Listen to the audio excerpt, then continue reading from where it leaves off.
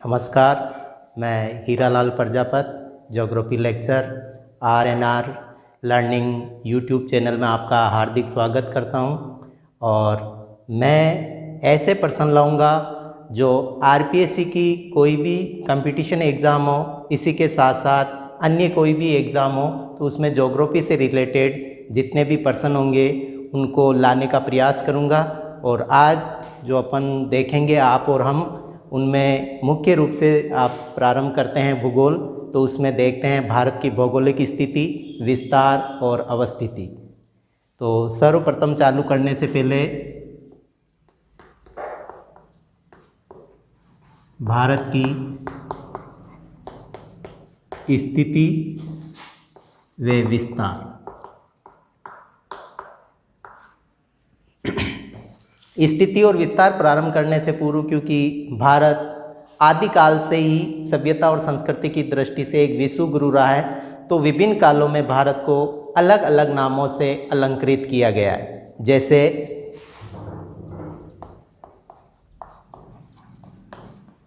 भारत का नामांकन, इनमें सर्वप्रथम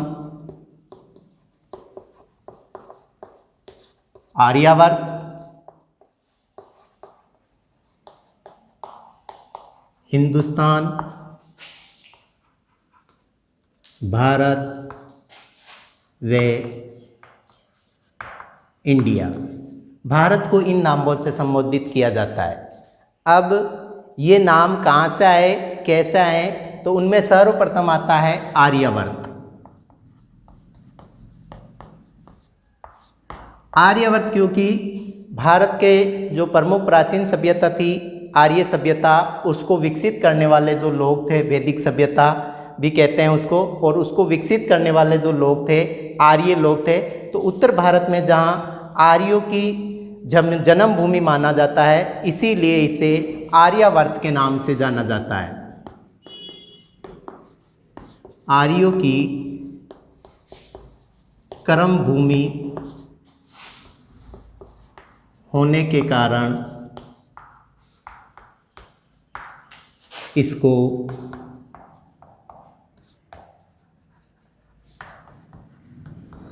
आर्यावर्त कहा जाता है। इसी प्रकार भारत का दूसरा नाम है, वो है हिंदुस्तान। कई बार ये प्रतियोगिता परीक्षा में पूछा जाता है कि भारत का हिंदुस्तान नाम किन लोगों ने दिया। तो ये हिंदुस्तान जो शब्द है ये ईरानियों की देन है।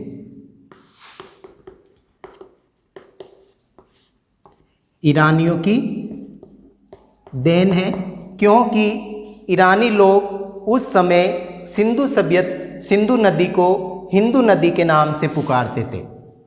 यानी जो अपनी भारत की मुख्य नदी थी सिंधु नदी, जहाँ पर सिंधु घाटी की सभ्यता विकसित हुई थी, उस सिंधु नदी को ये लोग, ईरानी लोग, हिंदू नदी के नाम से पुकारते थे। और इसी नदी के आसपास तटवर्ती क्षेत्रों में जो लोग बसे हुए थे और जो क्षेत्र आवर्त था, उसे ईरानियों ने हिंदुस्तान के नाम से संबोधित किया।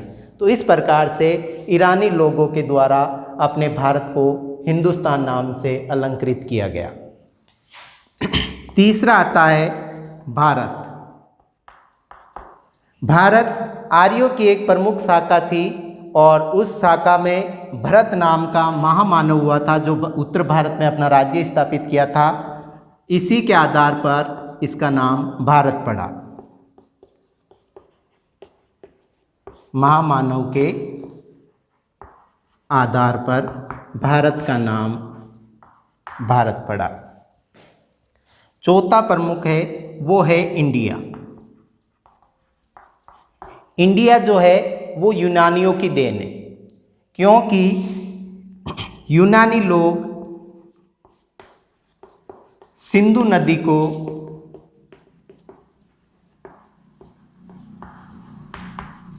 इंडस के नाम से पुकारते थे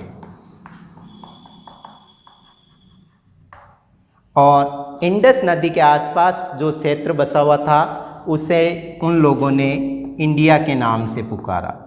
इस प्रकार हम देखते हैं कि भारत का जो नामांकन है वो अलग अलग काल में अलग अलग प्रकार से हुआ। जैसे आर्यावर्त वैदिक काल में, हिंदुस्तान जो अपने सिंधु घाटी की सभ्यता के समय में, और भारत जो आर्यों का मुख्य शासक हुआ था, भरत महामानव के नाम पे भारत पड़ा, और इंडिया जो यूनानियों की देन है, जो सिंधु नदी को इंडस नदी के नाम से पुकारते थे, और उसी के बेस पे, उसी के आधार पर अपन भारत को इंडिया के नाम से जाना जाता है। तो ये है भारत की नामांकन की कहानी। अब इसके बाद आता है भारत की स्थिति। अब आती है भारत की स्थिति। किसी भी क्षेत्र को ग्लोब में देखने के लिए उसकी अक्षांशीय और देशांतरीय स्थिति देखा जाता है, उसी आधार पे किसी भी स्थान की स्थिति को ज्ञात किया जाता है। तो पहले मैं बताने से पहले हल्का सा आपको हिंट दे देता हूँ कि ग्लोब पर जो रेखाएं पूर्व से पश्चिम की ओर खींची जाती हैं उन्हें कहते हैं अक्षांश रेखाएं, जो उत्तर से दक्षिण की ओर खींची जाती है उन्हें कहते हैं देशांतर रेखाएं। इसी के आधार पर अपन भारत की स्थिति ज्ञात करते हैं, तो इसे कहते हैं भौगोलिक स्थिति। यानी भारत विश्व में या विश्व पटल पर या ग्लोब पर कौन से क्षेत्र में स्थित है, वो उसके स्थान की स्थिति ज्ञात करने के लिए हमें आवश्यकता होती है उसकी भौगोलिक स्थिति की। तो भारत की जो भौगोलिक स्थिति है,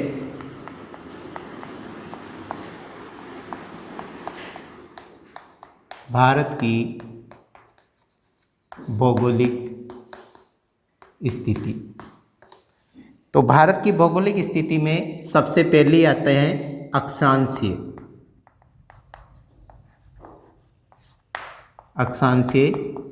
स्थिति।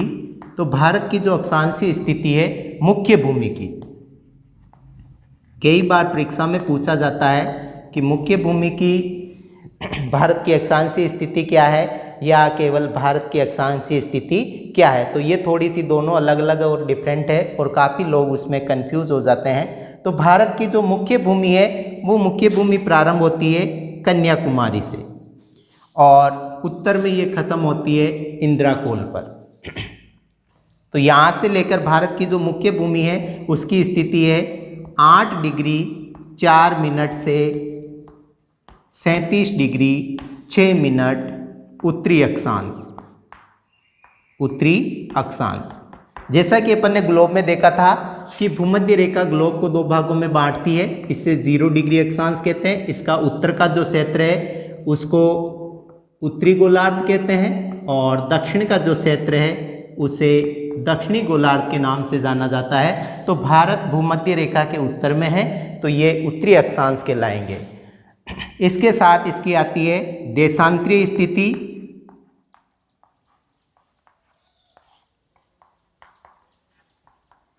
देशांतरीय स्थिति में है 68 डिग्री 7 मिनट से 97 डिग्री 25 मिनट पूर्वी देशांतर।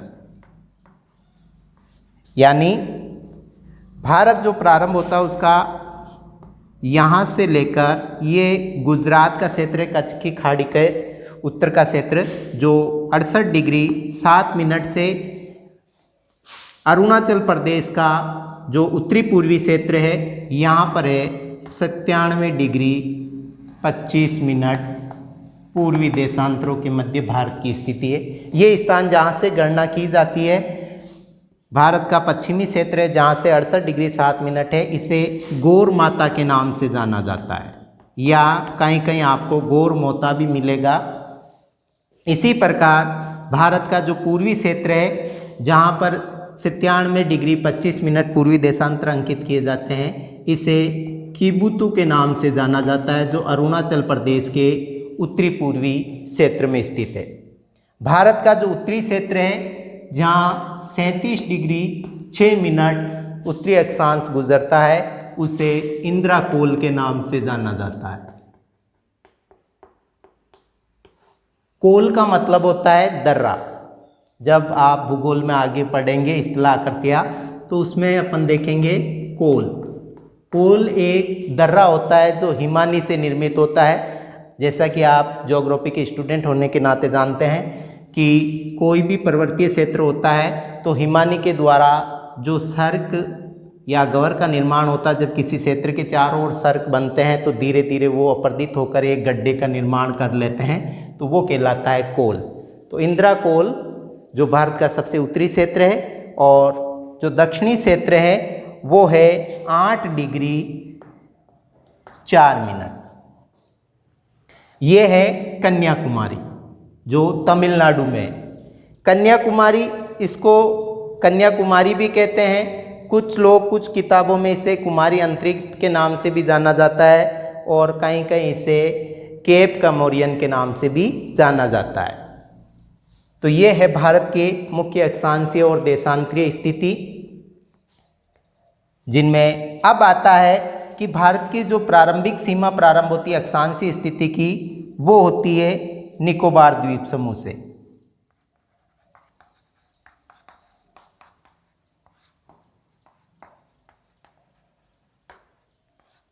क्यों? क्योंकि अंडमान निकोबार द्वीप समूह जो बंगाल की खाड़ी में स्थित है, तो उसका सबसे नीचे का जो क्षेत्र है वो कहलाता है अंडमान निकोबार द्वीप समूह का दक्षिणी क्षेत्र, जिसे निकोबार द्वीप समूह कहते हैं। यहाँ से जो भारत की अक्षांशीय स्थिति प्रारंभ होती है वो है 6 डिग्री 45 मिनट। तो कई बार परीक्षा में ये पूछ लिया जाता है कि भारत में 6 डिग्री 45 मिनट अक्षांशीय स्थिति कहाँ है, तो इसे इंदिरा पॉइंट के नाम से जाना जाता है। इस स्थान को इंदिरा पॉइंट कहते हैं। और ये पूछा जाता है कि भारत की दक्षिणतम सीमा कौन से स्थान से प्रारंभ होती है, तो वो है इंदिरा पॉइंट। इसे पिग्मेलियन द्वीप भी कहा जाता है।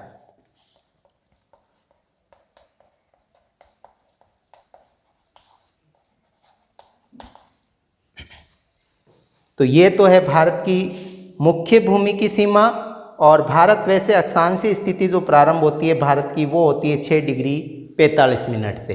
ये इंदिरा पॉइंट भूमध्य रेखा के उत्तर में स्थित है, और यहाँ से भूमध्य रेखा की दूरी 876 किलोमीटर है। कई बार परीक्षा में पूछ लिया जाता है कि भारत भूमध्य रेखा से कितनी दूरी पर है, तो वो है 876 किलोमीटर दूर भारत भूमध्य रेखा के उत्तर में स्थित है। तो ये है भारत की भौगोलिक स्थिति, जो प्रारंभ होती है गुजरात के गोरमोता से लेकर अक्षांशीय स्थिति अरुणाचल प्रदेश के उत्तरी पूर्वी क्षेत्र किबुतु तक, और इसी प्रकार अक्षांशीय स्थिति प्रारंभ होती है आपके भारत के दक्षिणी तमिलनाडु के कन्याकुमारी से लेकर उत्तर में आपके 37 डिग्री 6 मिनट इंदिरा कोल जम्मू कश्मीर तक। अब आता है भारत की अक्षांशीय स्थिति में जो भारत के लिए एक महत्वपूर्ण रेखा मानी जाती है, वो है कर्क रेखा, जिसे अपन 23.5 डिग्री उत्तरी अक्षांश के नाम से भी जाना जाता है। ग्लोब में अपन देखते हैं तो 23.5 डिग्री उत्तरी जो अक्षांश है उसे कर्क रेखा के नाम से जाना जाता है, और दक्षिणी 23.5 डिग्री अक्षांश रेखा है उसे मकर रेखा के नाम से जाना जाता है। ये जो क्षेत्र है मुख्य रूप से उष्ण कटिबंध का क्षेत्र में आता है, यानी जहाँ पर सूर्य की गर्मी अधिकांश समय सूर्य की किरणें सीधी पड़ती है, और ये क्षेत्र उष्ण कटिबंध के नाम से जाना जाता है। तो ये रेखा जो 23.5 डिग्री उत्तरी अक्षांश रेखा है, यानी कर्क रेखा, भारत के 8 राज्यों से गुजरती है। 8 राज्यों से गुजरती है। प्रारंभ होती है गुजरात से होती हुई राजस्थान के दक्षिणी क्षेत्र को छूती हुई मध्य प्रदेश के बाद छत्तीसगढ़ के बाद झारखंड के बाद में पश्चिम बंगाल, और पश्चिम बंगाल से त्रिपुरा होती हुई मिजोरम की ओर मिजोरम को पार करके जाती है। तो ये आपके भारत को मुख्य रूप से उत्तरी और दक्षिणी से होती हुई 2 कटिबंधों में बांटती है। इसके नीचे का जो क्षेत्र है वो उष्ण कटिबंध कहलाता है, जो भारतीय प्रायद्वीप का क्षेत्र है, और इसका उत्तरी क्षेत्र शीतोष्ण कटिबंध के नाम से जाना जाता है। अर्थात इस कर्क रेखा का भारतीय जलवायु पे बहुत ही ज़्यादा प्रभाव पड़ता है। दक्षिणी क्षेत्र उष्ण कटिबंध में आता है, और उत्तरी क्षेत्र इसका शीतोष्ण कटिबंध में आता है। जो 8 राज्यों से ये गुजरती है वो 8 राज्य हैं गुजरात,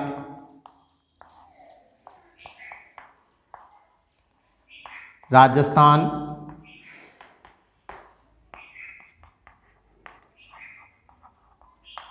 मध्य प्रदेश, छत्तीसगढ़, झारखंड,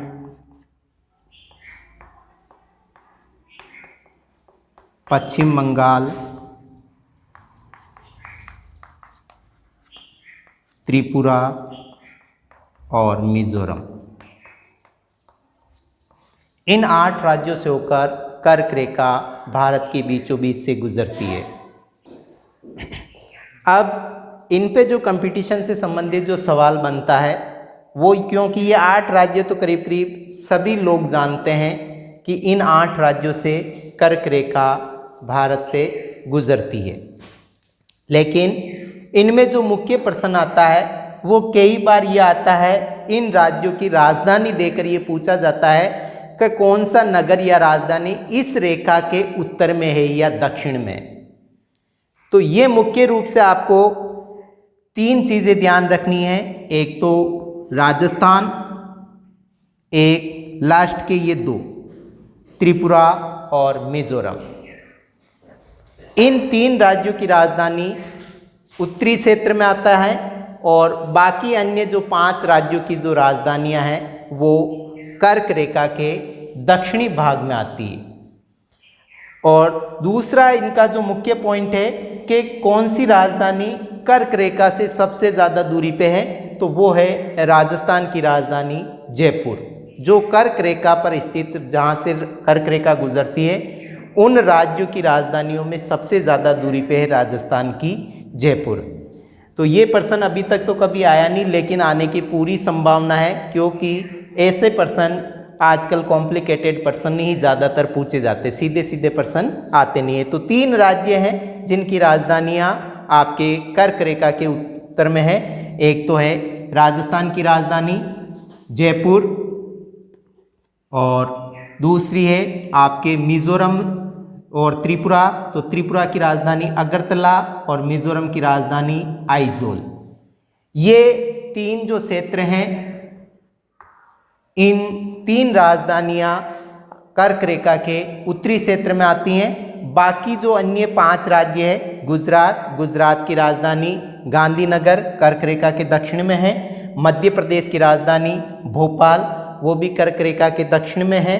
और छत्तीसगढ़ की राजधानी रायपुर, वो भी दक्षिण में है। और झारखंड राज्य की राजधानी रांची है। ये रांची बिल्कुल कर्क रेखा को स्पर्श करते हुए है। तो ये भी प्रश्न पूछने की पूरी आने की संभावना है कि कौन से राज्य की राजधानी पूर्ण रूप से कर्क रेखा को स्पर्श करती है, तो वो है झारखंड की राजधानी रांची। उसके बाद पश्चिम बंगाल की राजधानी कलकत्ता, वो भी कर्क रेखा के दक्षिण में। तो ये मुख्य रूप से जो कर्क रेखा भारत के बीचों बीच से गुजरती है, 8 राज्यों से होकर गुजरती है। इसका दक्षिणी क्षेत्र उष्ण कटिबंध कहलाता है और उत्तरी क्षेत्र शीतोष्ण कटिबंध के नाम से जाना जाता है। इनमें मुख्य रूप से जो प्रश्न पूछने की जो संभावना ही थी, वो वैसे तो अन्य राज्यों की राजधानियां भी पूछ लेते हैं, लेकिन मुख्य रूप से जो पूछने की संभावना होती है वो होती है कि इन 8 राज्यों की कौन सी राजधानी इसके उत्तर में है या दक्षिण में। अब आता है मुख्य रूप से जो स्थिति के रूप में आता है, वो आता है भारत का मानक समय। भारत का मानक समय, मानक समय और स्थानीय समय में कुछ अंतर होता है। जैसा कि आप लोग देखा कि जो समय की गणना की जाती है वो की जाती है देशांतर के आधार पर। देशांतर के आधार पर किसी भी क्षेत्र की समय की गणना की जाती है। और मैं चाहता हूँ कि समय गणना और अंतर्राष्ट्रीय तिथि का एक अलग से टॉपिक बनाऊँ। क्योंकि इन पर चाहे कोई सा भी एग्ज़ाम हो एक पर्सन अवश्य आता है, चाहे सेकंड ग्रेड एग्ज़ाम हो, चाहे ज्योग्राफी का फर्स्ट ग्रेड एग्ज़ाम हो या आपके आरएस प्रारंभिक एग्ज़ाम हो, तो उसमें भी समय गणना का एक सवाल अनिवार्य रूप से आता है या अंतर्राष्ट्रीय तिथि रेखा का आता है। तो अभी तो केवल भारत का जो है मानक समय उसके बारे में देखते हैं। वो तो भारत का जो मानक समय है वो 82.5 डिग्री पूर्वी देशांतर रेखा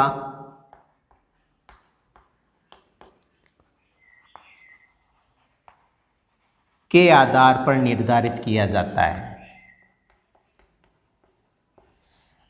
अब भारत में मानक समय की आवश्यकता या मानक देशांतर रेखा की आवश्यकता क्यों हुई? तो इसका सबसे बड़ा कारण है कि भारत का जो अक्षांशीय और देशांतरीय विस्तार है वो अधिक है।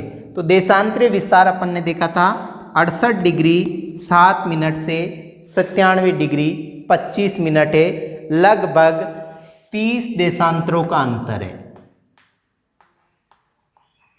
लगभग 30 देशांतरों का अंतर है। तो एक देशांतर को पार करने में सूर्य को 4 मिनट का समय लगता है। एक देशांतर पार करने में जब सूर्य एक देशांतर को पार करता है तो उसमें 4 मिनट का समय लगता है। तो इस प्रकार अपन देखते हैं कि भारत का पूर्व से पश्चिम की ओर जो विस्तार है वो लगभग 30 डिग्री देशांतरों में है। तो इस प्रकार से भारत के पूर्वी स्थान पर सूर्य उदय होने में और पश्चिमी गुजरात के सूर्य उदय होने में लगभग 2 घंटे का अंतर आ जाता है।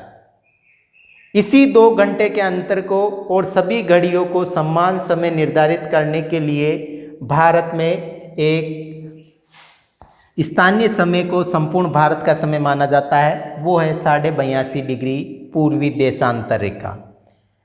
ये भारत का जो 82.5 पूर्वी देशांतर रेखा है ये ग्रीनविच रेखा के समय से, ग्रीनविच रेखा जो 0 डिग्री अक्षांश रेखा कहलाती है ग्लोब में, अपन जब देखेंगे अक्षांश और देशांतर तो उसमें आएगा 0 डिग्री जो देशांतर रेखा है जो लंदन के ग्रीनविच से होकर गुजरती, इसे आपके ग्रीनविच रेखा के नाम से जाना जाता है। इसको मध्यमान रेखा भी कहा जाता है, मध्यमान रेखा के नाम से भी जाना जाता है। कई बार परीक्षा में पूछा जाता है कि विषु का अंतर्राष्ट्रीय समय की गणना कहाँ से की जाती है? तो विषु की अंतर्राष्ट्रीय समय की जो गणना की जाती है वो की जाती है ग्रीनविच रेखा से। इसके पूर्व की ओर जाते हैं तो समय बढ़ता है और पश्चिम की ओर आते हैं तो समय घटता है। क्यों?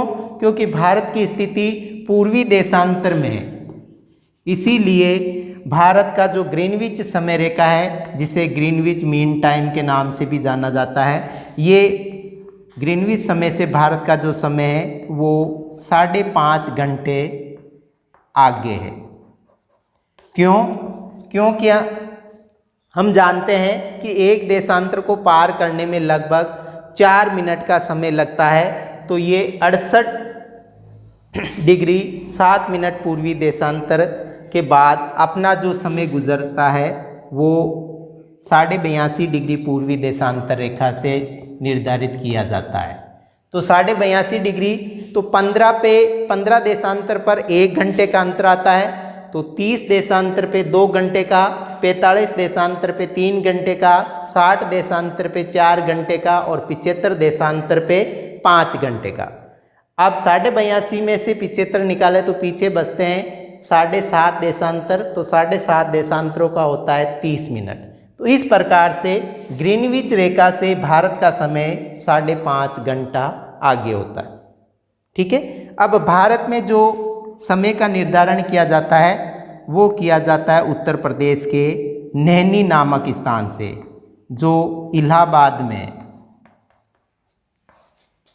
नैनी नामक स्थान का समय ही भारत का प्रमाणिक समय माना जाता है। आजकल नवीन किताबों में नैनी की जगह नवीन नाम आने लगा है मिर्ज़ापुर।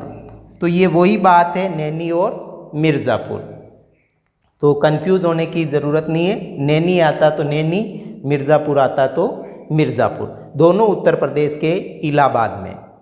अब मुख्य जो इस पे सवाल आता है 82.5 डिग्री पूर्वी देशांतर रेखा का जो सवाल आता है वो आता है कि ये भारत के कितने राज्यों से गुजरती है। 2013 का जो आरपीएससी के द्वारा लेक्चरर का एग्ज़ाम हुआ था उसमें ये प्रश्न पूछा गया था कि 82.5 डिग्री पूर्वी देशांतर रेखा जो भारत का स्टैंडर्ड टाइम जोन है यानी भारत का मानक समय है, ये कितने राज्यों से गुजरती है? तो ये 5 राज्यों से गुजरती है, 5 राज्यों से गुजरती है। Number 1 Uttar Pradesh, number 2 Madhya Pradesh,